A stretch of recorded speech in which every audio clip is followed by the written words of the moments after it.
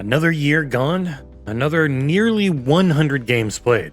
I have played so much for XboxEra that it is kind of impossible to narrow it down to just 10, so I'm doing a top 25. It was a tough year for those who created these incredible experiences. So here's to a 2025 that sees far fewer job losses and even more fun shit to play. Here is my Game of the Year list for what was an incredible 2024.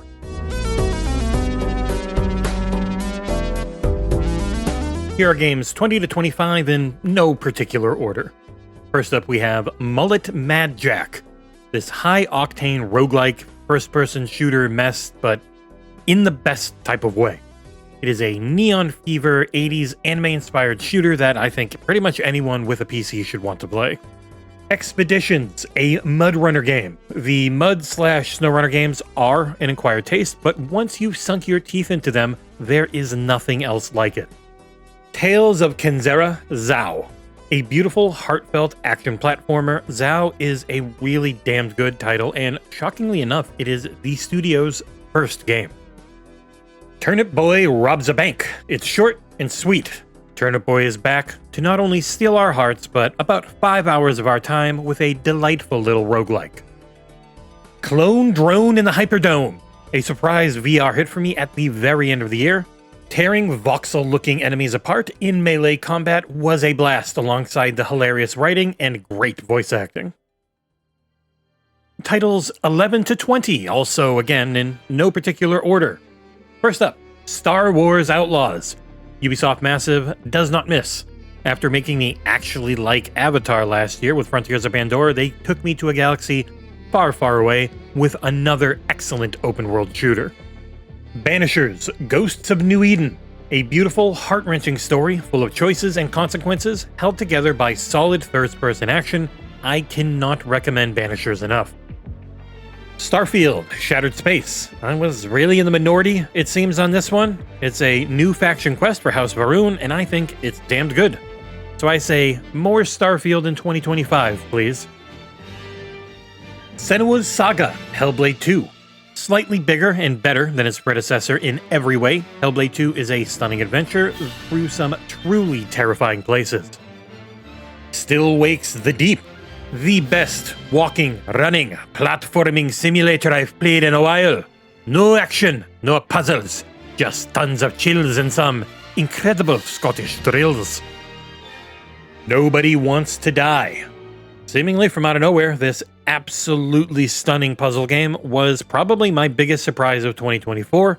It was just the right length, full of clever twists, and some truly stunning vistas.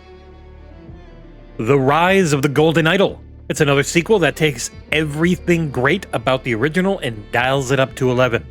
Mind-bending puzzles mixed with far better looks help make this one a classic.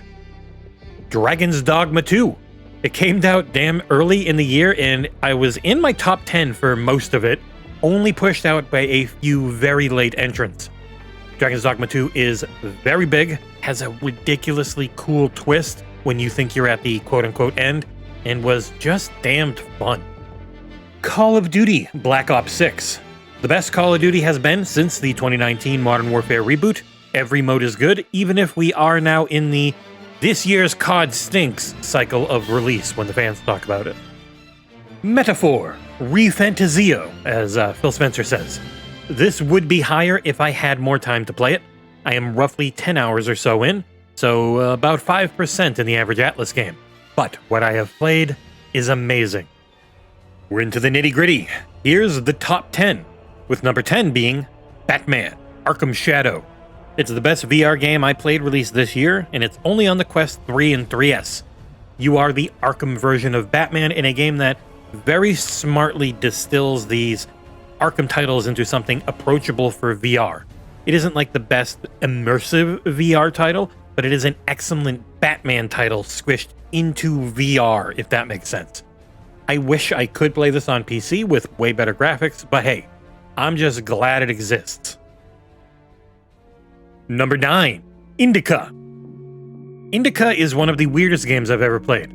Taking place in an alt early 20th century Russia, it features modern music, swaps between pixel graphics and super high quality 3D renders, and tackles subject matters like sexual assault, somehow pulling it all off, creating experiences that I have never had in any other video game. It isn't too long, with only a couple of minor annoying platforming and chase sections, and it is fantastic.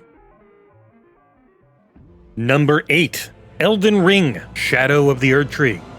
It requires you to be about 50 or 60 hours into the base campaign, is full of cast-offs from said campaign that didn't make it in, and is still somehow awesome. While some areas obviously had a bit more time put into them than others, it features one of my favorite Souls boss fights in a very long time. Mesmer the Impaler isn't the end boss, but he is amazing to learn. And that holds with countless others in this excellent expansion. Number 7. Kunitsugami: Path of the Goddess. Weird Capcom is best Capcom. Part tower defense, part third-person hack and slash, and part city builder, Kunitsugami rules. It's forgiving enough in each area to never become frustrating, while still offering a decent challenge. The stunning graphics and audio help elevate the title into one I think will be loved for a very long time. Number 6 is Indiana Jones and the Great Circle. I love immersive sims, and this is the most Hitman-assed sim light of all time, because there's no punishment if you mess up. You're just punching a bunch of Nazis, blowing them up, shooting them in the face, and smiling as you do it. Troy Baker and the rest of the crew nail recreating the slapstick Indiana Jones feel, and it's just as big as it needs to be, with tons of extras to do if you want, and a short, sweet golden path if you don't. Number 5. Warhammer 40,000: Space Marine 2. Brothers! This epic mix of masculine bravado, cult-like worship, and gorgeously gory action is everything I needed. It is the most Xbox 360-assed release in a while, leaning into the over-the-top set pieces with an emphasis on mixing its solid controls with just cool-looking shit in a way that works perfectly.